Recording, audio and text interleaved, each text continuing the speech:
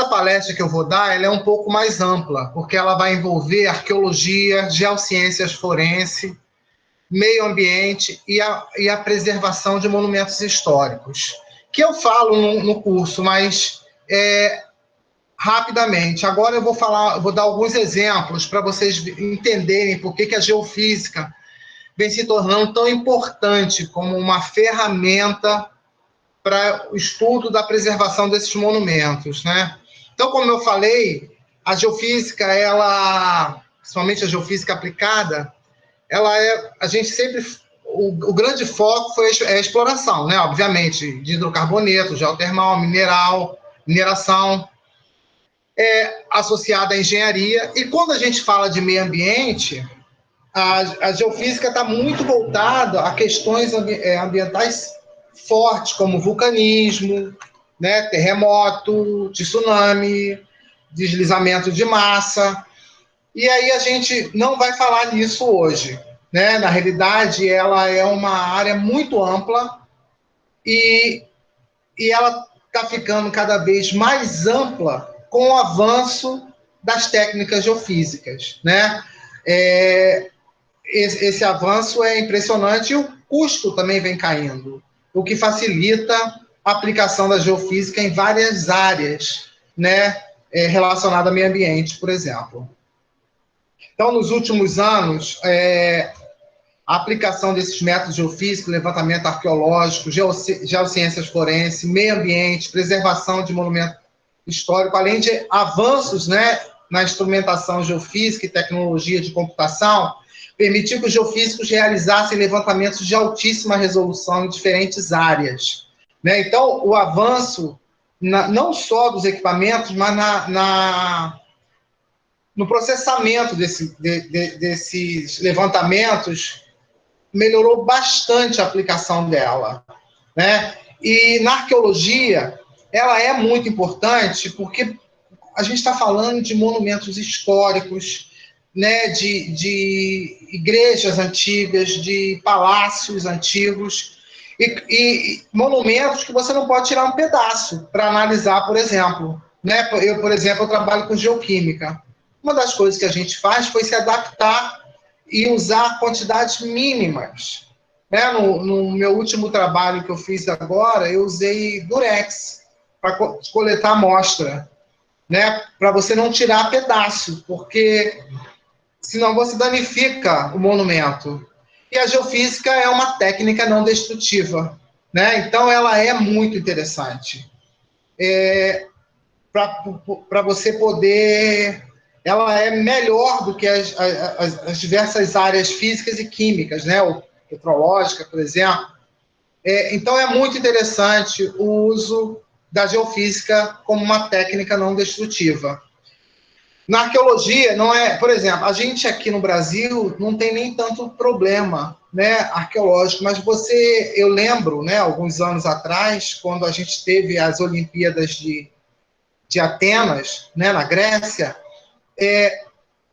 até eles tiveram que fazer, obviamente, como o Rio de Janeiro fez, né, várias adaptações para a cidade, e eles esbarravam o tempo todo em sítios arqueológicos, né? Isso era um problema porque tinha que parar, porque existiam leis, né, europeias que você não podia danificar esses monumentos. Então, com a geofísica fica muito mais fácil, né, você localizar, por exemplo, túmulos antigos.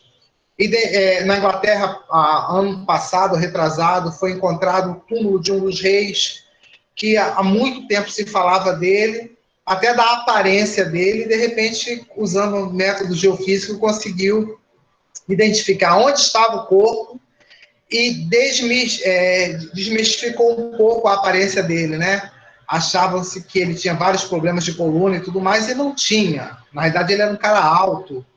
E então a geofísica, aqui a gente está vendo o processamento, né, do uso do GPR para identificação de túmulos, é uma técnica bem interessante. Gente, olha só, eu não vou ficar falando das técnicas porque os meus amigos geofísicos vão falar, eu tenho certeza disso, com mais propriedade do que eu. Então, eu só vou dar exemplos do uso de diferentes métodos geofísicos para identificação, para estudar esses sítios arqueológicos e para todas a aplicação dela, da geofísica em outras áreas, né, que eu me propus a fazer. Então, os métodos térmicos, por exemplo, a temperatura na superfície do solo é um parâmetro físico no qual o método de prospecção arqueológica pode ser baseado, né? Variações de temperatura da superfície podem revelar a presença de estruturas subterrâneas. Os blocos de pedras enterrados, por exemplo, perdem energia térmica a taxas diferentes das do solo superficial circundante, resultando em variações de temperatura abaixo da superfície. Levantamentos térmicos podem ser realizados no solo ou a partir de aeronaves, utilizando equipamentos de plano simples ou usando os drones. Só para a gente ter uma ideia, a utilização de técnicas como essa, eu acho que eu peguei aqui esse exemplo, né? Isso aqui é na Itália. Você usar um método térmico, né? Você percebe, fotografia aérea, que existe uma estrutura antropogênica aqui, né? É bem visível isso. Quando você usa métodos térmicos, fica muito mais fácil de você ver né, o tamanho, a dimensão dessas estruturas. A gente tem que lembrar que quando a gente está falando de arqueologia, né, nessas áreas, está falando de Itália, Grécia, Israel, né, Oriente Médio, Egito. Há pouco tempo eu estava vendo um programa sobre as pirâmides do Egito e eles falam que, na realidade, só foi encontrado 10%, né, dos monumentos egípcios. Muita coisa tem que ser encontrada. E os métodos geofísicos são fundamentais para isso. Então, a partir do momento que os cientistas aplicaram, né, esses métodos aqui, ficou mais fácil para você escavar, fazer né, a escavação e encontrar. Você não precisa sair escavando em tudo qualquer lugar. Os métodos geofísicos ajudam muito. Né? Um outro método, que eu não vou ficar lendo esse texto, são os métodos magnéticos, né?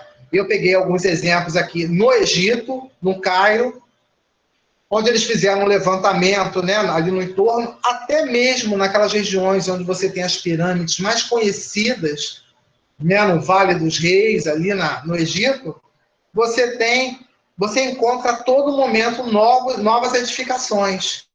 E esses métodos magnéticos permitiram você encontrar várias feições tipicamente antropogênicas que ajudaram a encontrar, por exemplo, que é uma ponte, né? Causeway, né? Que separam uma pirâmide da outra, né? Então, isso aqui estava debaixo da terra, né? Foi através de métodos magnéticos que você conseguiu identificar essa feição. E tem muitas outras feições, né, que eles estão identificando. A geofísica tem ajudado muito os arqueólogos naquela região do Egito, principalmente debaixo de areia quente, né? Então fica muito fácil, através desses métodos, né, e do aprimoramento, né, não só do equipamento, mas também do processamento desses dados. Aqui é um exemplo, né, publicado um artigo que foi usado GPR, métodos magnéticos, que eles identificaram, tá vendo? Isso aqui é em Roma, né, uma vila. Então fica muito mais fácil. Você não precisa sair furando em tudo quanto é lugar. Aqui, tá vendo, o uso de GPR para identificar uma caverna que já era conhecida há 1300 a.C., ali em Israel.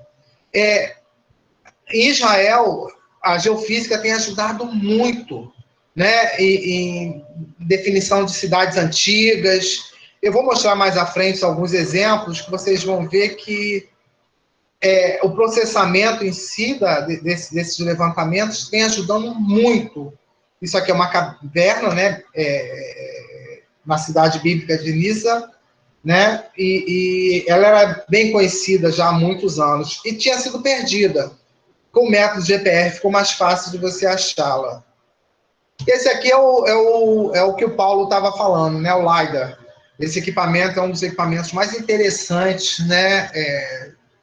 Desenvolvidos nos últimos anos. Eu tive a chance de ver esse equipamento, né? Ele é um equipamento relativamente caro. Ele pode ser usado de avião, ele pode ser usado para fazer batimetria, Ele pode ser usado em monumentos históricos, né, para você mapear. Eu vou mostrar alguns exemplos, mas ele tem sido usado de forma muito intensa. E o melhor exemplo, saiu um artigo recentemente, ali na Guatemala, ali na Península de Yucatán, em várias regiões ali da América Central, e eu peguei esse exemplo aqui, para vocês terem uma ideia. Tá vendo? É uma região coberta de floresta, né? Você, obviamente, você sobrevoando, você percebe que tem uma estrutura humana no meio da floresta. E os caras, tá vendo? É uma região muito ampla, não é fácil de fazer um levantamento aí por terra, né? E às vezes está passando do lado de um monumento sem você conseguir identificar aquilo como monumento. Então, eles usaram nessa região aqui, tá vendo? Na fronteira do México com Guatemala, Belize, né? Belize fica aqui, é uma região muito ampla, de vegetação fechada, e os caras utilizaram um avião e fizeram um levantamento numa área enorme que incluía aquela edificação, né, maia. E, no final, eles conseguiram, porque o LIDAR permite fazer um levantamento do solo, né, como se você tivesse atirado a camada de floresta, sem desmatar nada. Né? Então, você consegue ver uma cidade, né, monumental ali, né, com pirâmides, com estradas, com dutos de irrigação, e ela é enorme. Né? Isso aqui é um trecho dela, né? Isso aqui foi feito com lida, tá vendo? Isso aqui é processada de outra forma, né? Você vê várias estruturas que não são naturais, né? Então fica muito mais fácil para os arqueólogos identificar essas cidades, né? Então imagina o quanto que a gente vai ganhar de história, né? Nesse levantamento. E apesar de ser um levantamento caro, como o texto disse, né, anteriormente, ele sai barato relativamente, porque facilita muito a vida dos pesquisadores, né, com posicionamento preciso de cada feição antropogênica, né, que você tem ali, feita pelo homem. E com calma, né, você consegue identificar feições como essa que não é natural, né? Foi feita, obviamente, pelo homem. Aqui são alguns exemplos naquela região. E no final você tem esse levantamento, né, em Almirador, de vários, de cidades, de várias edificações, numa área enorme. Não só naquela área que a gente viu, né, que é essa área quadrado, mas à frente. Tá vendo? Cada pontinho desse aqui, marrom, é uma construção, né, maia. Então, imagina o que você vai tirar dali, né, do ponto de vista arqueológico, com essa ferramenta. Então, o LiDAR é realmente uma das melhores ferramentas desenvolvida nos últimos anos para arqueologia. Tá? Tá vendo? Aqui peguei a mesma coisa, novamente, um processamento diferente, você consegue ver todas essas edificações. Olha só, fica muito mais fácil. Aí você consegue ver, tá vendo? Todas aquelas pequenas construções, né? Que aí facilita muito para o arqueólogo descer naquele exato momento sem precisar desmatar uma área enorme, né? Para poder explorar, do ponto de vista arqueológico, essa cidade, né? Aqui são alguns outros exemplos. Olha como o processamento ajuda, tá vendo? Isso aqui é a imagem inicial, isso aqui é bem processada. Olha estruturas de ruas, né? Então fica muito fácil. O LiDAR realmente é uma ferramenta extremamente importante para identificar essas feições, cidades. E, obviamente, a utilização do LiDAR com outros métodos geofísicos ajudam muito mais na busca, né, desses sítios arqueológicos. Aqui é um outro exemplo, isso aqui é no Saara. Fica muito evidente que essas estruturas não são naturais, são estruturas feitas pelo homem, né? Essas imagens nunca tinham sido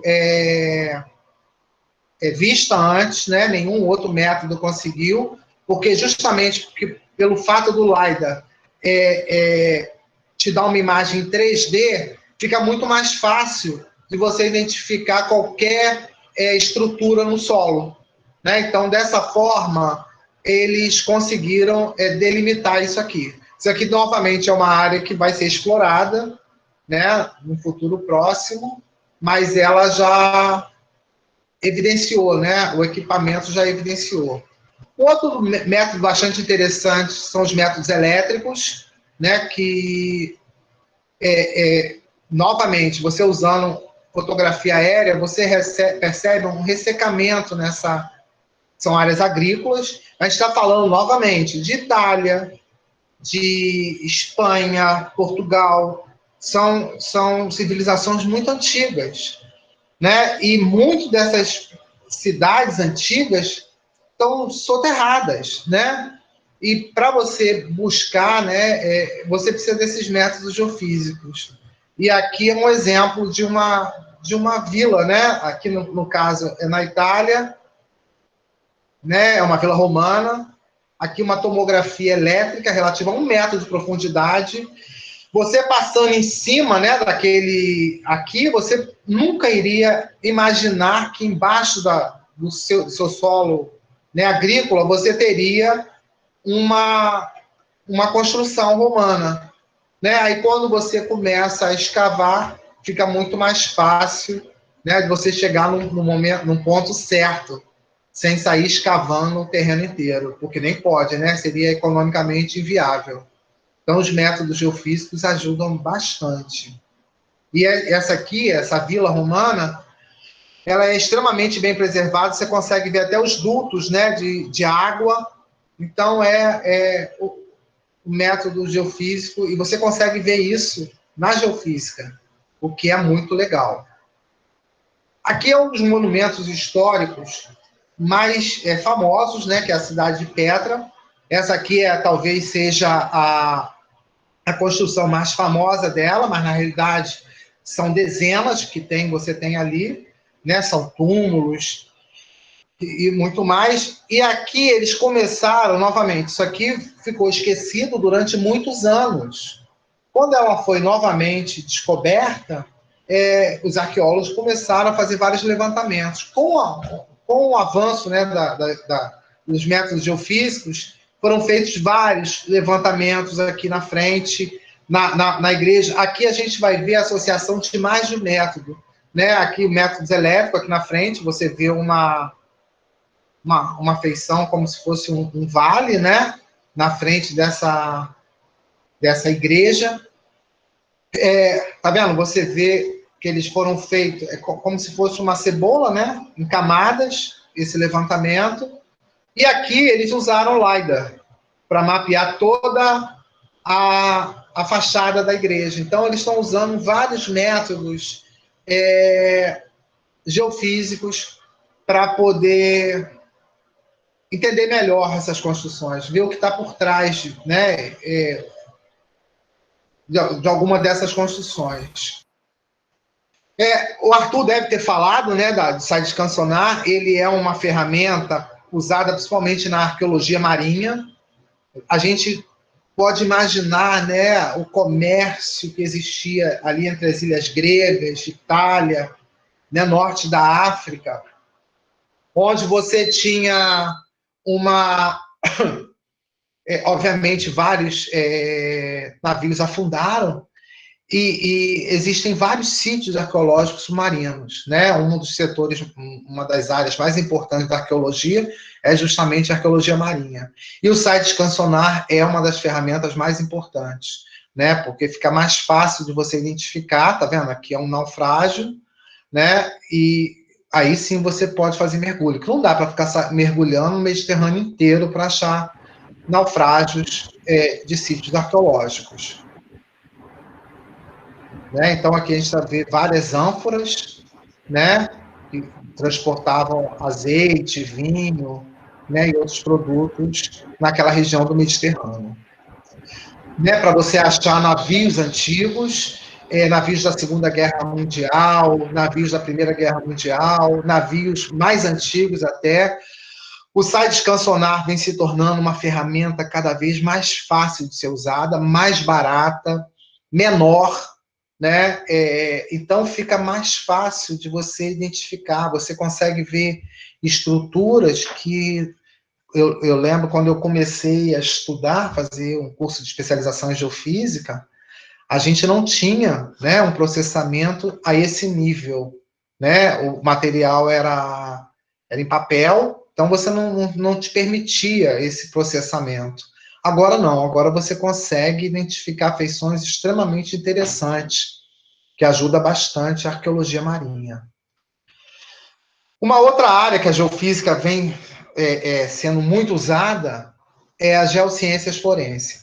Existe já um grupo, né? E esse grupo é até liderado pelo pessoal da onde eu fiz o doutorado, no mesmo instituto, de uma pessoa conhecida minha, que é o professor Alistair Ruffel, que é falar em geofísica forense, porque isso não se fala em geociências forense ou geologia forense. A geofísica formalmente não aparece, tá? Mas ela é uma ferramenta muito utilizada, né? Então, essa definição, em breve, vai ter que acontecer, né? Então, a geociência forense, né, segundo esses autores, analogicamente à medicina forense, pode-se falar em geociência forense porque ela usa muitas ferramentas de geologia e geofísica, né? Enquanto a medicina forense trata da aplicação jurídica dos conhecimentos científicos da medicina, a geociências forense versa sobre o emprego desses conhecimentos das geociências na tentativa de solucionar litígios judiciais, né? E então, como eu falei, não existe, né, no dicionário enciclopédico de geofísica de exploração a palavra geofísica forense. Então a gente ou fala geologia forense, ou geoforense, ou geociências forense, mas geofísica forense ainda não. Mas ela tem sido muito utilizada, principalmente na Europa, para investigações criminais, civis, localização, a gente vai ver, né, de bombas na Segunda e Primeira Guerra Mundial, e os métodos, então, geofísicos têm sido uma ferramenta muito importante nessa área. A gente vai ver alguns exemplos, né? Eu não sei se está aparecendo essa figura na tela para vocês inteira, mas a geofísica, então, é parte importante, né? Junto com a geoarqueologia, patologia, medicina forense, geologia de engenharia, biogeoquímica, palinologia, entomologia, geoquímica e geofísica. Geofísica passa a ser uma ferramenta extremamente importante nessas investigações de geoforense. E aí eu peguei alguns exemplos aqui, né, de você usar o GPR para identificação de corpos, né, que sumiram de alguma forma, né, e você identificar covas clandestinas. Então, o solo, ele tem uma estrutura. Quando você passa com o GPR e encontra uma estrutura completamente deformada, então significa que você pode ter, né, um corpo ali, né? Então, o GPR tem sido muito usado nessa área do conhecimento. Aqui é um experimento que o pessoal fez, isso aqui é na Irlanda. Aqui você ainda consegue ver um caixão, né? Eles usaram um caixão de madeira e tentaram identificar, né? Vocês vão ver que, na realidade, eles usam caixões vazios, né? Eu peguei um outro exemplo aqui, só para vocês verem. Está mais à frente. Caixões vazios e caixão com algum animal, né? Galinha, cachorro morto, porco. E aí, para ver como é que se comporta a resposta do GPR à identificação de corpos mesmo, né? Você pode ter alguma estrutura vazia, né? Então, eles estão tentando fazer isso, mas mais à frente a gente vai ver isso daí. Aqui é um exemplo, eles usaram, esse pessoal lá da Irlanda usou o GPR em cemitérios antigos. A gente tem que lembrar que a gente está falando de sociedades muito antigas, né? Algumas das igrejas que tem nessa região aí têm mais de 1000 anos, né? E aqui você tem duas estruturas, algumas covas aqui, né, enterradas, antigas, e aqui você tem poucas. E aqui é um muro. Eu acho que todo mundo já ouviu falar, isso aqui é na Irlanda do Norte, da separação entre católicos e protestantes, né? Do grande problema religioso que eles têm lá. Então, o cemitério era cercado, né? Com um muro, para que católicos e protestantes não fossem enterrados no mesmo cemitério. Hoje em dia, isso não existe mais. Mas fica bem evidente que, em alguns trechos, tiveram mais corpos de protestantes do que de católicos, né? Então, GPR tem sido bastante interessante para isso. E aqui ele como é que o radargrama mostra, né, o corpo dentro de uma cova clandestina, né? Eu peguei um exemplo aqui. Aqui você está vendo tem um container de plástico e aqui o revólver. Os caras enterraram todas as evidências, né? Mas aí, aqui fica mais fácil. Aqui você tem uma cova. Quando você enterra, obviamente o corpo da gente ele tem 70% de líquido. E ele vai, obviamente que a gente vai perder esse líquido, mas a gente também produz gás. Então, quando você enterra o corpo sozinho, você vai emitir o gás, a vegetação vai se comportar de forma diferente, que vai ser, né, esse processo aqui é mais rápido de decomposição. Agora, quando a gente coloca o corpo embalado dentro de um saco plástico, vai ser diferente, porque o tempo de decomposição desse corpo vai ser muito maior do que o tempo da decomposição desse. Então, até a vegetação vai ser diferente, tá? Então, é um dos primeiros sinais. Mas a estrutura de você escavar o solo vai ficar muito evidente nos sinais do GPR. Aqui é um corpo, né, encontrado com o GPR, né, uma cova, onde você tem o corpo. Isso aqui já é antigo, mas aqui é um exemplo que o pessoal lá da Irlanda fez, tá vendo? Pegou um porco, enterrou o porco. Aqui o porco estava embalado com saco plástico. E logo depois, tá vendo? Eles fizeram isso no verão e no outono. Esse levantamento geoelétrico aqui nessa região. E aqui, aqui está o corpo embalado do porco. Aqui eles fizeram uma cova vazia.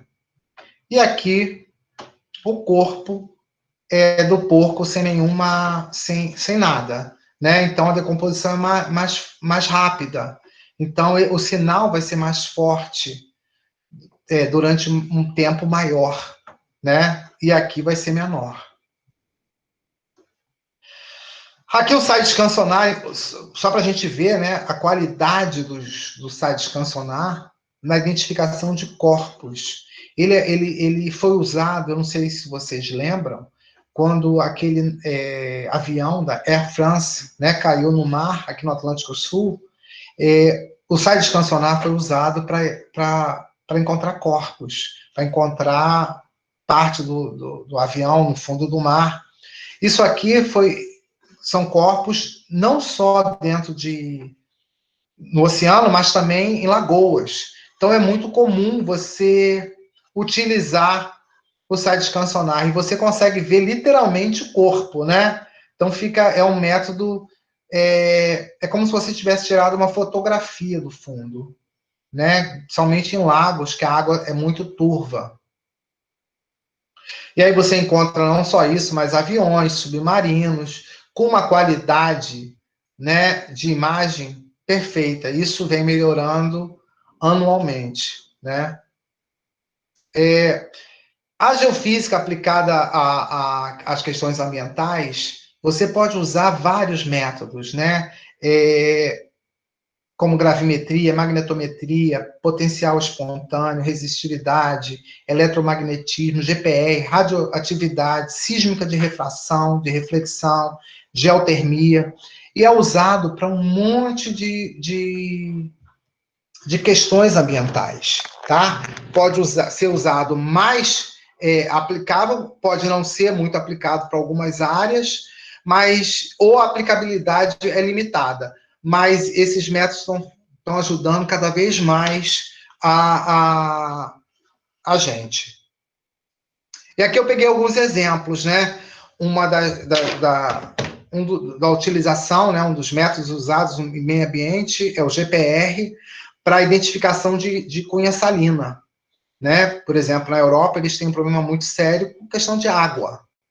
E a superexploração de água, né, dos aquíferos costeiros, vem fazendo com que a cunha salina, né, esteja penetrando sobre a cunha o lençol freático de água doce. Isso tem sido um problema muito sério, né? Então, o GPR é uma ferramenta fantástica para você monitorar essa intrusão salina.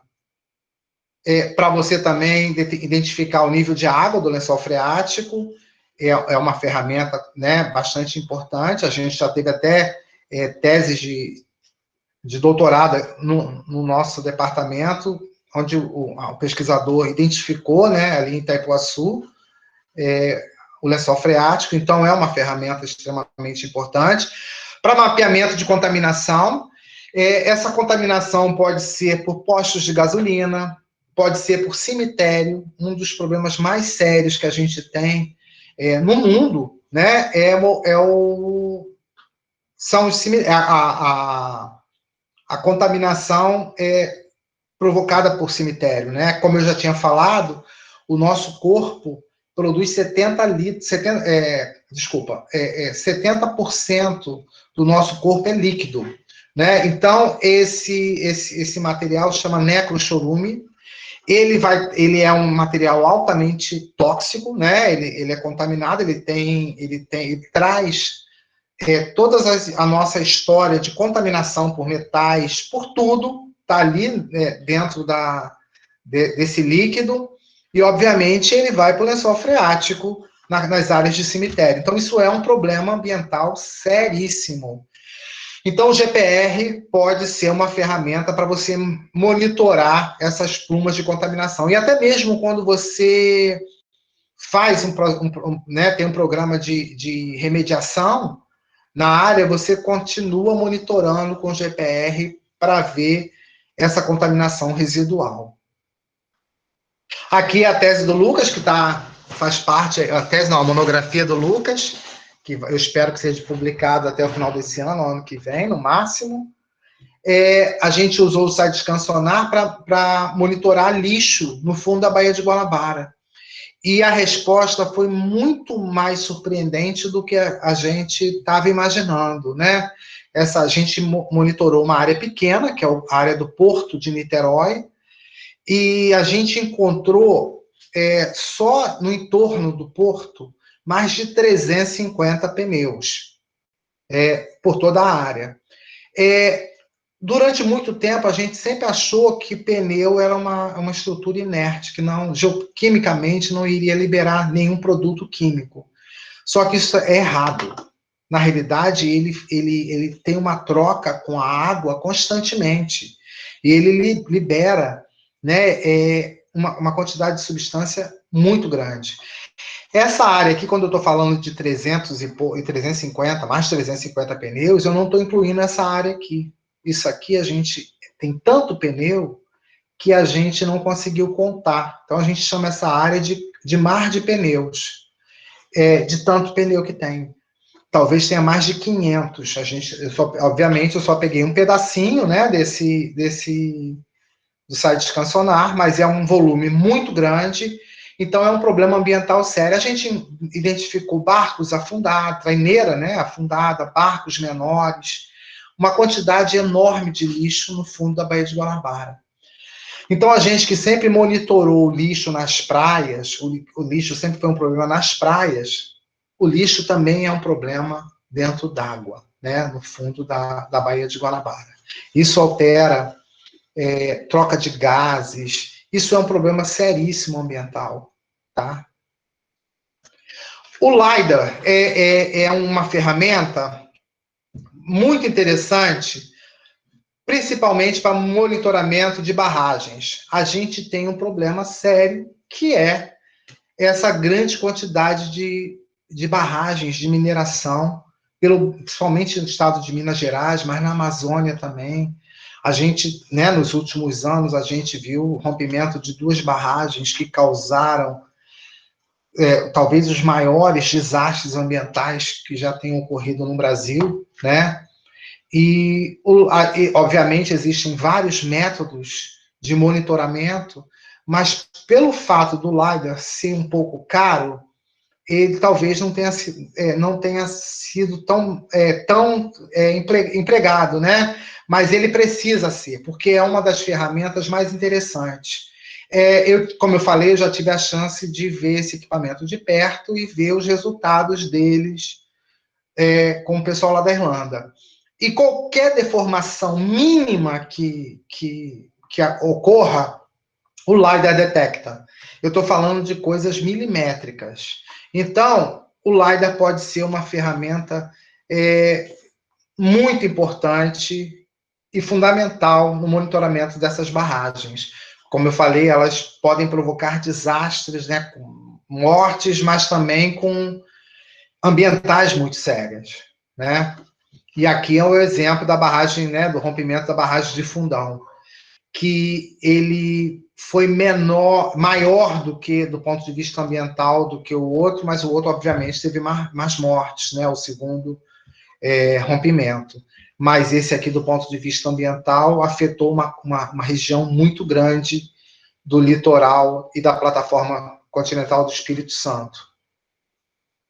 Aqui é um exemplo, né, do uso do LiDAR, né, no mapeamento de uma barragem. Na Europa, ele é muito usado em barragens de hidrelétrica, tá? Como essa aqui, esse exemplo aqui.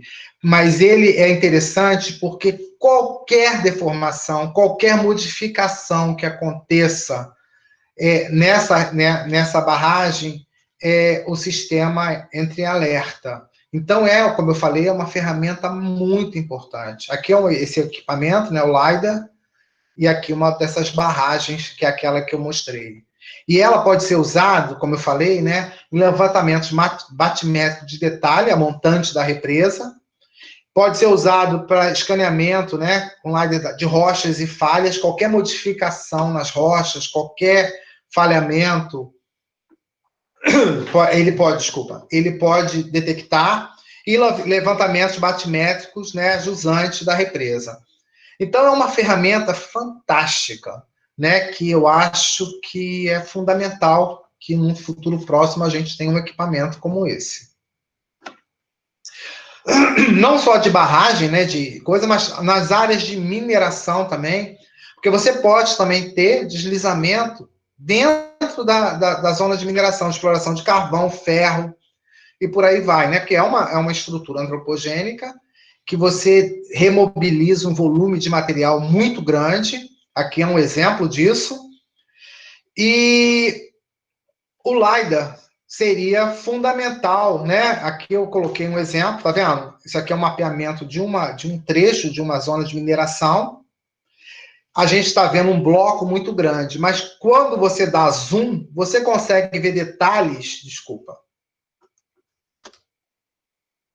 detalhes milimétricos em qualquer ponto que você deu o zoom.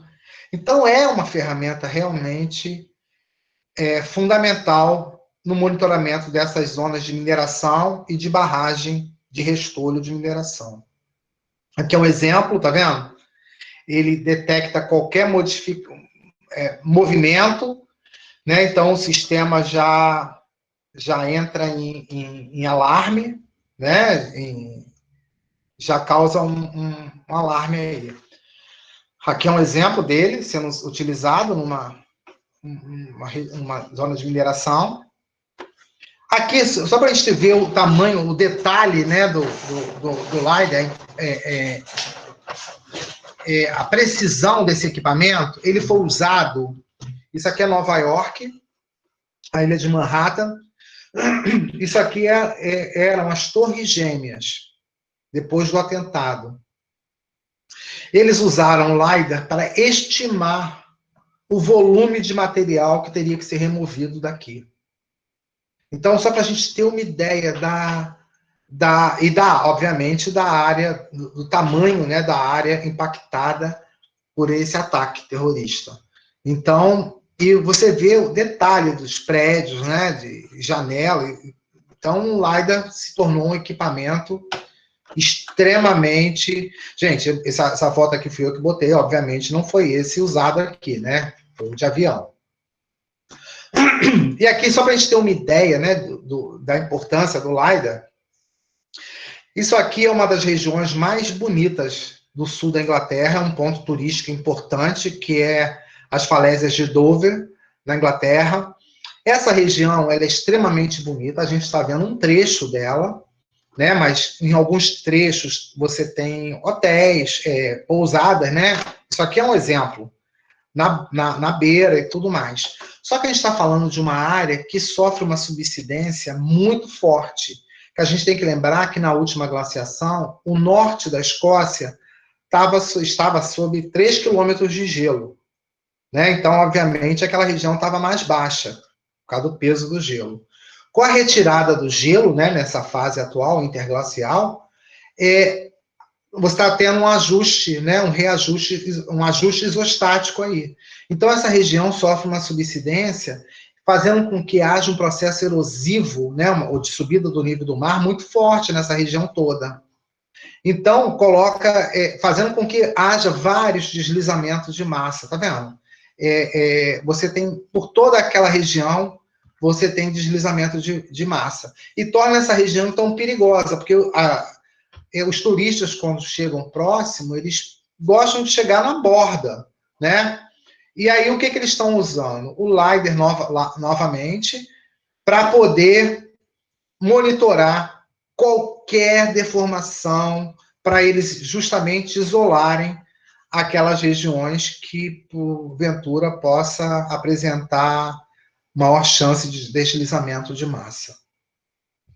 Ele pode ser usado, por exemplo, nos Alpes, para determinar espessura de neve, né, para delimitar as áreas que possam ocorrer maior volume de avalanche de neve, né? Muitas das regiões dos Alpes, você embaixo tem cidades, então eles monitoram hoje em dia isso para que não ocorram, né, grandes avalanches e soterramento de cidades.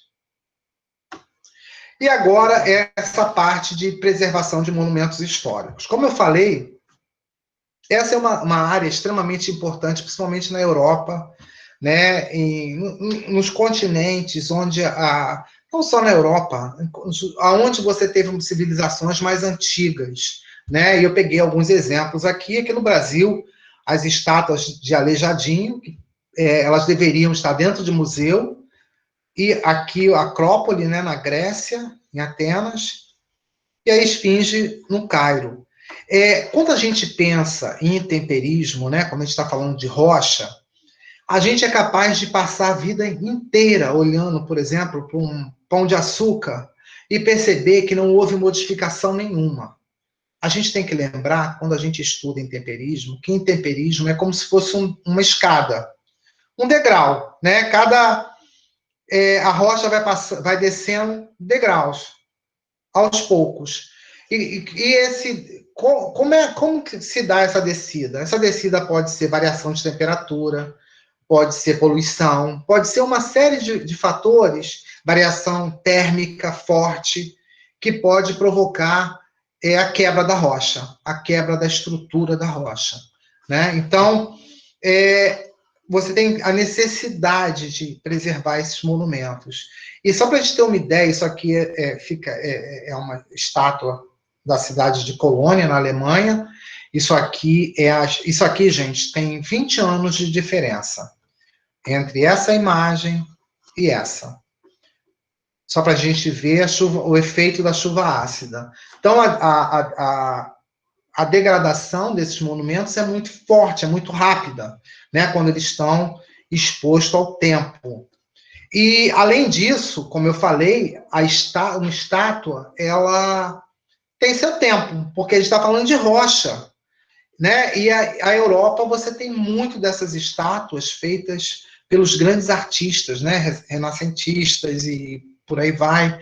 E elas foram feitas de mármore, né? Quando a gente olha assim, eu não preciso quebrar como fizeram os terroristas, né? Do grupo islâmico lá no ISIS, que quebraram várias estátuas na Síria, mas elas podem quebrar com o tempo, elas podem colapsar, né? E aqui é um exemplo, né? Na Alemanha, colapso estrutural total, em 1978, o colapso completo após 110 anos de exposição. Então, essa estátua ficou no museu durante 110 anos, até um dia que ela colapsou.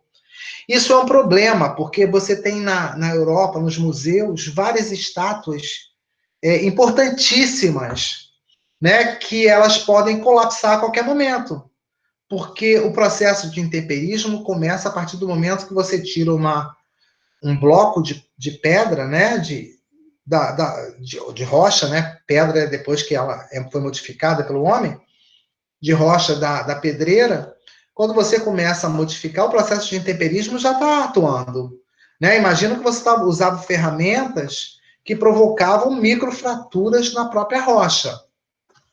E aí, esse exemplo que eu uso nas minhas aulas, né? Quem já fez meu curso lembra, essa daí é considerada a estátua mais perfeita que existe. É o Davi de Michelangelo, né? Ele é uma estátua, ele fica dentro do museu atualmente. Os levantamentos, como eu falei, tem que ser feito todos de forma não destrutiva. Você não pode pegar um pedaço, né? Mas a gente vai pegar alguns. Ele ficava em praça pública, né? Em Florença, submetido a todas as formas de poluição, inclusive na época da Revolução Industrial. Então ele foi submetido a todas esses intempéries, né, provocado pela poluição. Aqui eu peguei alguns detalhes dela, só para a gente ter uma ideia da perfeição que é essa imagem, essa estátua. Aqui os detalhes, né, das veias da mão. Imagina você fazer com uma estátua dessa, ele é de mármore de Carrara, naquela época com ferramentas que não chegam próximo, né, ao que a gente tem hoje, né? Olha aqui o braço dele, né, as veias, né, o pescoço, os detalhes da mão, do corpo. Então ele é uma das estátuas mais não tem preço, né? Que é essa estátua que fica dentro do museu hoje. E ela é um problema porque pelo tamanho, né, dela, o peso todo está em cima de duas canelas, né? Por mais que tenha essa parte aqui por trás, para dar uma certa sustentação, a gente sabe que ela vai colapsar em algum momento aí da história. E é uma pena. Vai fazer o que com ela? Eu achava que ela devia ficar deitada, porque ela é tão perfeita, né? Mas ela, por enquanto, ela está em pé. Só que ela é monitorada, e uma das formas de você monitorar é com LiDAR, tá vendo? Os detalhes. Isso aqui são registros do LiDAR. Então, ela é monitorada constantemente para poder... existe dentro do museu um LiDAR que monitora o Davi, para poder ele não ter problema de colapsar como aquela estátua na Alemanha, que era bem menor, né? Mas dá para ter uma ideia que ela corre forte risco pelo peso, né, de uma estátua desse tamanho sobre a canela, né, sobre as pernas dele. Então, aqui é um equipamento antigo, o LiDAR, né? É um exemplo que o pessoal, só para vocês terem uma ideia, eu peguei um exemplo do pessoal lá, que foi meu orientador, né? Que eles usaram. Isso aqui é a Universidade de Oxford, isso aqui faz parte do Geociências, isso aqui, tudo aqui para trás são laboratórios, mas esse muro aqui é um muro muito antigo. Oxford está entre as cidades, as universidades mais antigas da Europa. Então, esse muro é muito antigo. Então, o que eles fizeram? Um grupo de pesquisadores da Universidade de Oxford e outra da Universidade de Queen's começaram a monitorar em detalhe todo esse prédio. Eu peguei esse exemplo aqui só para vocês terem uma ideia. Né? Isso aqui eles usaram em 2006, nesse muro. Isso aqui são os registros do LiDAR. 2008, o mesmo lugar, né? com um grau de precisão muito alto. Né? Aqui, a comparação entre os dois. Aí, será que houve modificação importante? Né? Só para a gente ver aqui o grau de detalhe, né, desse bloco aqui, ó. O grau de detalhe é muito alto, realmente. E aqui, naquele muro, olha só, a diferença 2006, 2008. Você tem uma diferença milimétrica, mas tem. Então, o processo de intemperismo é muito forte ali. Então, isso é um problema. Porque em vários lugares da Inglaterra, eles conseguiram reverter. Por exemplo, a Catedral de St. Paul, né, uma das principais catedrais de Londres, a taxa de dissolução do mármore vem reduzindo drasticamente nas últimas décadas. Mas alguns lugares, não, continuam muito alto. E aqui, nesse muro, a taxa é muito alta. Aí alguém poderia perguntar, mas o vermelho de 2008 em alguns locais está mais alto. Isso é precipitação de sal, tá, gente? Geralmente é gipsita. Então, é por isso que fica parecendo que é mais alto. Mas nos locais mais afetados pela dissolução, você tem um número bem interessante, né? Está mostrando que em 2 anos houve uma dissolução forte ali, né? Nessa construção. E ela pode ser usada, o LiDAR, ele tem sido usado na Europa inteira, nesses monumentos históricos. Aqui é o incêndio, né, da Catedral de Notre Dame, que é uma das catedrais mais importantes da Europa, mais antigas, né, belíssima, e ela, infelizmente, junto com, né, foi um período assim muito cruel, que a gente perdeu o nosso Museu Nacional, e eles perderam a mais suntuosa, né, uma das mais bonitas catedrais da Europa. Mas só que eles fizeram um levantamento digital gigantesco. Como eu estava falando, eles vêm fazendo isso em todos os monumentos e prédios históricos na Europa. É um mapeamento tridimensional, né, feito com o LiDAR. Né, tá vendo essa torre de madeira aqui? Toda ela fica parecendo que não está coisa, mas eles estão processando os dados, né? Tá vendo? Isso aqui, eles fizeram esse levantamento no entorno da igreja, da catedral inteira, e dentro da igreja. Então, eles vão ter um modelo digital, né? Ainda bem que eles fizeram isso antes do incêndio. É perfeito. Aqui é só para a gente ter uma ideia do como é que está tá vendo? Você consegue quase que ver a igreja inteira, né? Então, ela realmente é uma ferramenta importante até para preservar. Então, vai ficar muito mais fácil a reconstrução dessa igreja com as informações do LiDAR, né? Onde colocar certamente a torre, que ela vai ter que ser reconstruída, o telhado, porque a fotografia ajuda, mas o LiDAR te dá a questão da dimensão do prédio. Então, fica muito mais fácil de você reconstruir. Até mesmo, né, a Torre de Pisa, né, que eles conseguiram estabilizar depois de muitos anos tentando, uma das ferramentas utilizadas foi o LiDAR, para ver justamente o comportamento dessa torre. Por que ela estava tombando de forma tão violenta, né? Então, foi uma das ferramentas usada, foi o LiDAR. Para entender, depois que você vai descascando o que está por fora, que você vai fazendo esse levantamento por dentro e por fora, e aí depois você consegue, quando você tira a parte externa, você vê aonde você coloca peso dentro dela para contrabalançar esse declínio, né, essa subsidência que ela está sofrendo. Aqui é um outro exemplo, né, desse monumento, é o Monte Rushmore, que fica no estado da Dakota do Sul, nos Estados Unidos. São os 4, né, primeiros presidentes dos Estados Unidos, né? George Washington, Thomas Jefferson, Theodore Roosevelt e Abraham Lincoln. A gente está falando de um ambiente seco, né? Onde os processos de temperismo físico são muito fortes.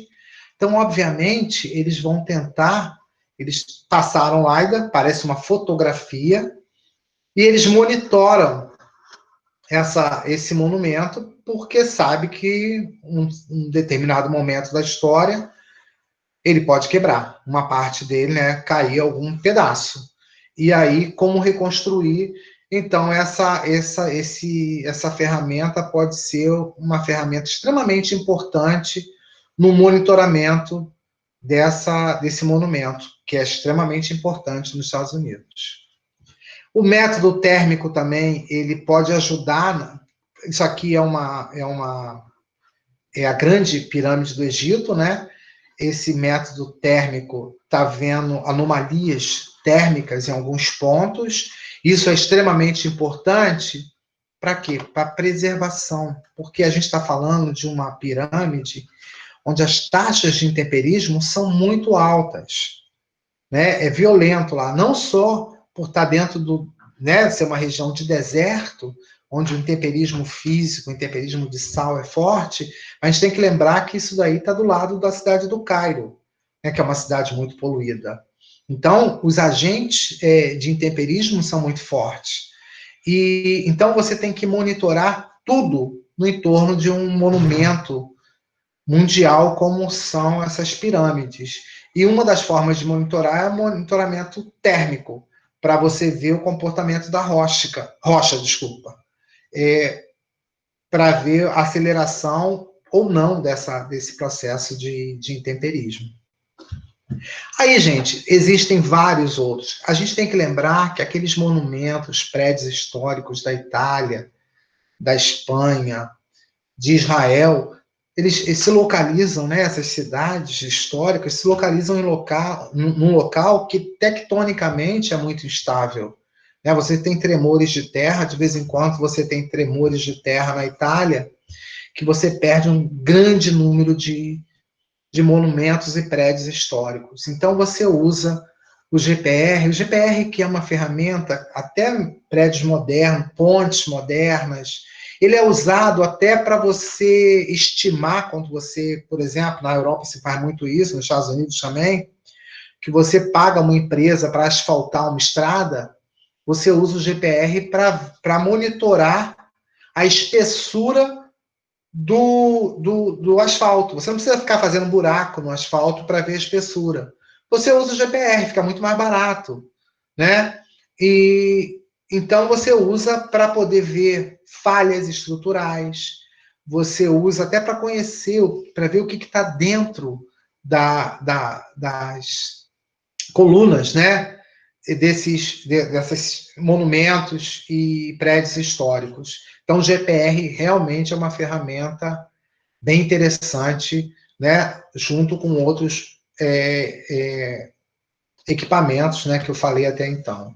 Tá vendo? Você usa para monitorar falhas estruturais, tudo que de alguma forma possa afetar a estrutura física, né, desse monumento, se tiver uma zona de fraqueza, e um pequeno tremor de terra poderia provocar o colapso desses prédios históricos. Aqui eu peguei um exemplo só para vocês verem, né? Imagina um continente que passou pela Primeira e Segunda Guerra Mundial.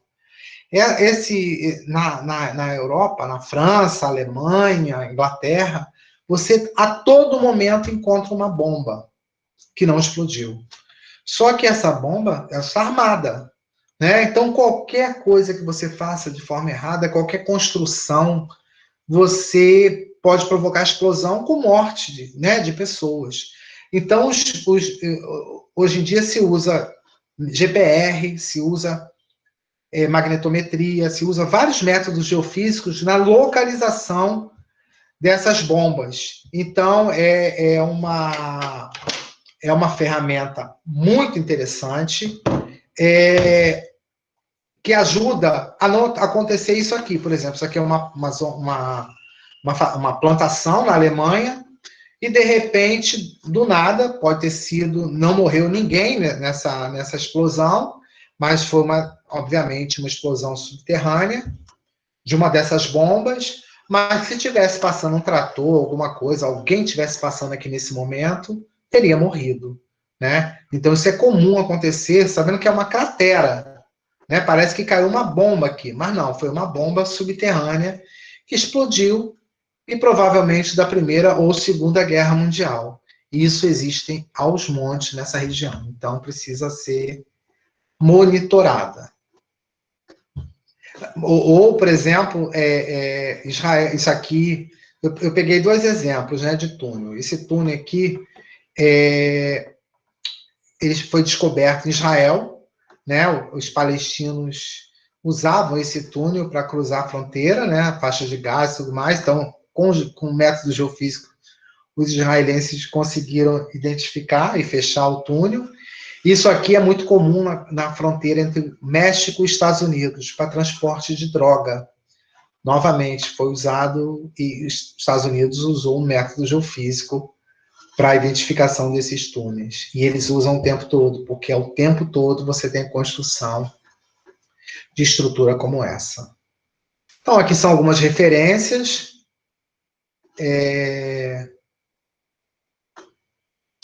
Eu espero que, se alguém tiver alguma dúvida, alguma pergunta para fazer, eu espero que tenha... Posso falar? Pode, claro. Zé, gostei muito. Você bateu, nessas palestras todas que eu assisti, você bateu o maior ibope, chegou a dar 70 alunos. Tá de E aí parabéns. saiu tudo depois. Minha mulher, que é geofísica, também gostou muito. Ah, que bom. E eu tenho. Agora eu vou fazer dois pedidos. Primeiro, eu queria que você me passasse essa palestra, que eu vou economizar uma aula. E depois, se você for fazer algum projeto nessa área aí de monumentos, não sei o quê, você pode me incluir. Com certeza. E desliga a gravação aí.